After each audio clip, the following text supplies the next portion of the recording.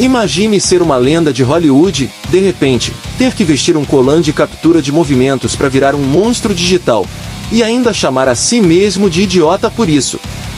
Foi exatamente isso que Harrison Ford fez ao interpretar o Hulk vermelho, e a internet foi à loucura com a declaração dele.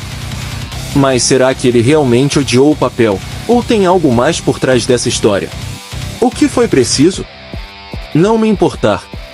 Foi preciso ser um idiota por dinheiro, o que já fiz antes. Essas foram as palavras de Harrison Ford. Parece pesado, né? Mas antes de crucificar o cara, vamos entender o que ele realmente quis dizer.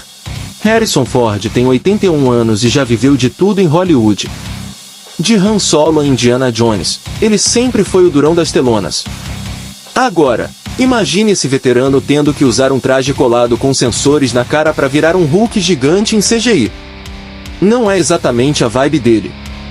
E ele mesmo admite, é um trabalho. E como qualquer trabalho, envolve dinheiro. Mas aí vem o plot twist, apesar da brincadeira, ele não tá odiando a experiência. Ford diz que se divertiu muito e adorou a reação do público ao trailer.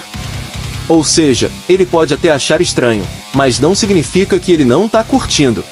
Se tem uma coisa que esse cara nunca fez foi levar Hollywood a sério demais. Ele sempre foi do tipo que não tem medo de dizer o que pensa. E, sinceramente, isso é refrescante.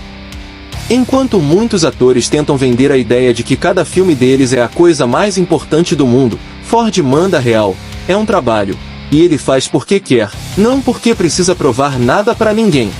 E aí, será que essa sinceridade brutal do Harrison Ford faz ele parecer um idiota ou só um cara que não tem tempo pra firulas? Você concorda com ele ou acha que ele pegou pesado? Comenta aí, já deixa o like e se inscreve para mais curiosidades como essa. Até o próximo vídeo.